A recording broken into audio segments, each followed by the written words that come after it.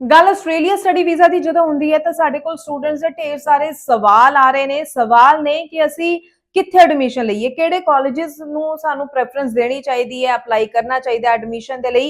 ਇਸ ਦੇ ਉੱਪਰ ਗੱਲ ਕਰਾਂਗੇ ਕਿ ਕਿਹੜੇ ਕਾਲਜਸ ਵਿੱਚ ਅਪਲਾਈ ਕਰੋਗੇ ਤੁਸੀਂ ਐਡਮਿਸ਼ਨ ਲੈਣ ਤੇ ਤੁਹਾਨੂੰ ਜੋ ਹੈ ਵੀਜ਼ਾ ਮਿਲ ਸਕਦਾ, ਜਾਂ ਕਹਿ ਲਈਏ ਉੱਥੇ ਚਾਂਸਿਸ ਕਾਫੀ ਜ਼ਿਆਦਾ ਬਣ ਜਾਂਦੇ ਨੇ।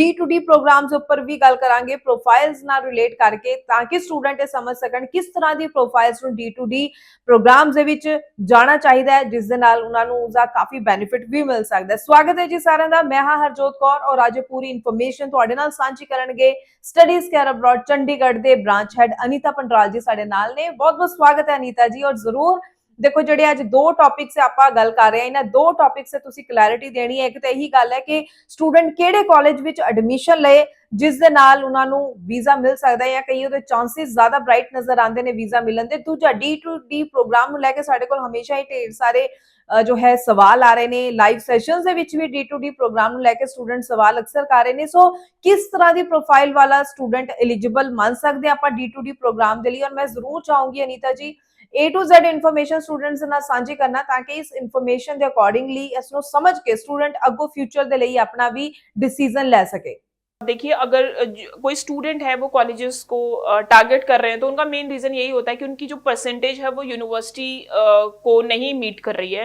अब वो ऐसे केस में क्या करें कि उनको एडमिशन भी लेनी है, उनको ऑस्ट्रेलिया भी जाना है, लेकिन कॉलेजेस में स्टूडेंट्स अक्सर आके इतना ज्यादा कंफ्यूज हो जाते हैं because there are an number of the college, और उनको कॉलेज में कैटेगराइज करना बहुत ज़्यादा मुश्किल होता है कि कौन सा कॉलेज अप्लाई करें कौन सा नहीं करें। क्योंकि जब वो ऑप्शन ढूंढते हैं तो उनके पास ऐसी ऑप्शन आती है, ये कॉलेज तो 2 दिन के अंदर ऑफर देता है, 2 दिन के अंदर सीवी देता है और ट्यूशन फीस भी बहुत कम है। दूसरी तरफ ये ऑप्शन आती है कि एक कॉलेज है जिसकी ऑफर लेटर आने में भी टाइम लगेगा, जीटी क्लियर होने में भी टाइम लगेगा और ट्यूशन फीस भी ज्यादा है, तो उनको समझ नहीं आता कि किस तरह से अप्लाई करें।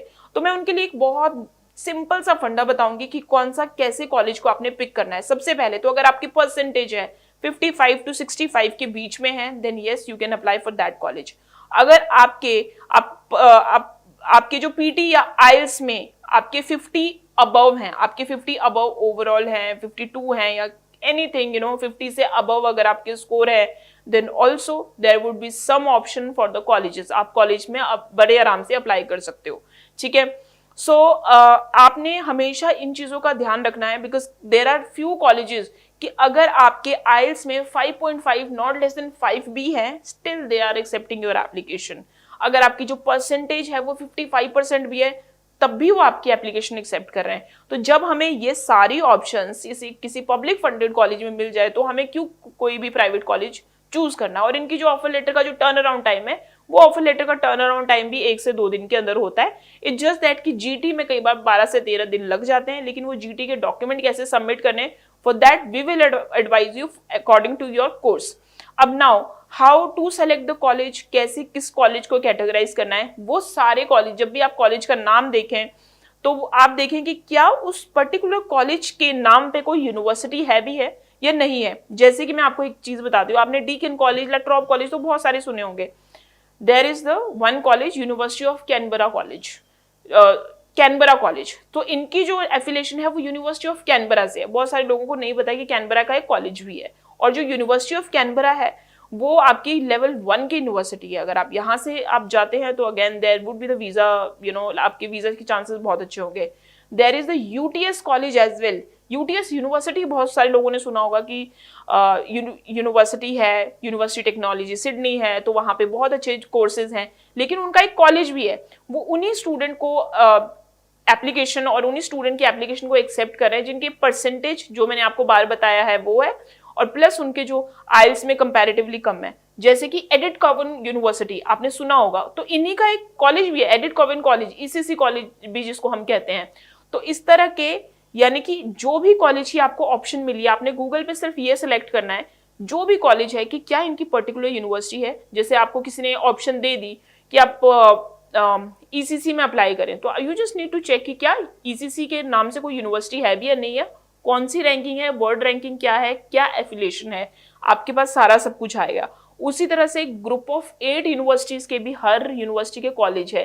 University of Adelaide college, मोनाश college, आपके पास जिस भी यूनिवर्सिटी का आप नाम लोगे तो मैक्सिमम 90% के आपके पास कॉलेजेस के ऑप्शन होंगे। तो अगर आपने कॉलेज भी सेलेक्ट करना है, इस तरह के कॉलेज को सेलेक्ट करें, किसी भी प्राइवेट कॉलेज में ना एप्लीकेशन करें। अब बात करते हैं हम फंडिंग की। फंडिंग की जो रिक्वायरमेंट होती है लगभग इन यूनिवर्सिटीज की और कॉलेजेस की सेम होती है। ये एकेडमिकली कॉम्प्रोमाइज कर लेते हैं। एकेडमिकली अगर आप स्ट्रांग नहीं हो तो कोई प्रॉब्लम नहीं है, आपके परसेंटेज 55% है, आइल्स में आपके स्कोर नहीं है, आपके 6 नॉट लेस देन 5.5 या फिर 5.5 नॉट लेस देन 5 भी हैं, तब भी आपकी एप्लीकेशन एक्सेप्ट कर लेंगे। लेकिन फंडिंग और इनकम उनको उतनी ही चाहिए होगी जितनी आपकी साल की फीस बनती है, प्लस आपकी लिविंग एक्सपेंसेस होता है। तो अगर आप कैलकुलेट करोगे तो वो उतना ही आ जाएगा जितना कि यूनिवर्सिटी को चाहिए होता है, बिकॉज जो कैलकुलेशन होती है वो हमेशा आपके साल की ट्यूशन फीस के साथ ही होती है। एंड प्लस इनकम, तो जो इनकम चाहिए होती है वो 12 से 13 लाख के करीब चाहिए होती है। So again I mean if you have any query for such kind of profile, because जिनके थोड़ी परसेंटेज कम और आइल्स कम होते हैं वो कहीं ना कहीं अपनी होप्स उनकी लूज हो जाती है कि शायद मेरा ऑस्ट्रेलिया में नहीं हो सकता। कई बार उनको लोग कह देते हैं कि अरे ऑस्ट्रेलिया में अप्लाई करने के लिए आपको आइल्स इतना चाहिए, तो ऐसा नहीं है। एकेडमिकली और आइल्स कम है then you can apply for sure, there is no problem at all.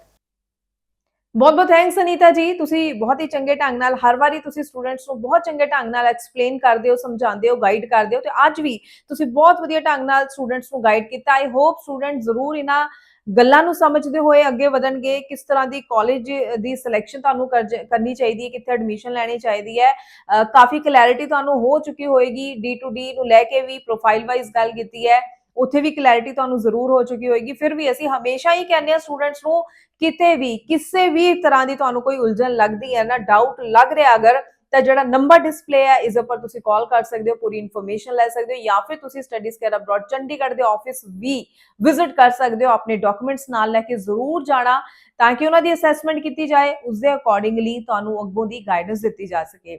ਇੱਕ ਵਾਰ ਫਿਰ ਤੋਂ ਥੈਂਕਸ ਕਰਦੇ ਹਾਂ ਅਨੀਤਾ ਜੀ, ਤੁਹਾਡਾ ਇੰਨੀ ਵਧੀਆ ਗਾਈਡੈਂਸ ਤੁਸੀਂ ਸਟੂਡੈਂਟਸ ਨੂੰ ਦਿੰਦੇ ਹੋ, ਉਸ ਸਭ ਦੇ ਲਈ। ਤੇ ਅੱਗੋਂ ਵੀ ਅਸੀਂ ਸਟੂਡੈਂਟਸ ਦੇ ਲਈ ਇਸੇ ਤਰ੍ਹਾਂ ਨਾਲ ਹੋਰ ਇਨਫੋਰਮੇਟਿਵ ਵੀਡੀਓਜ਼ ਲੈ ਕੇ ਆਉਂਦੇ ਰਵਾਂਗੇ। ਫਿਲਹਾਲ ਹੀ ਦਿਓ ਜੀ ਇਜਾਜ਼ਤ। Thank you so much. Thank you.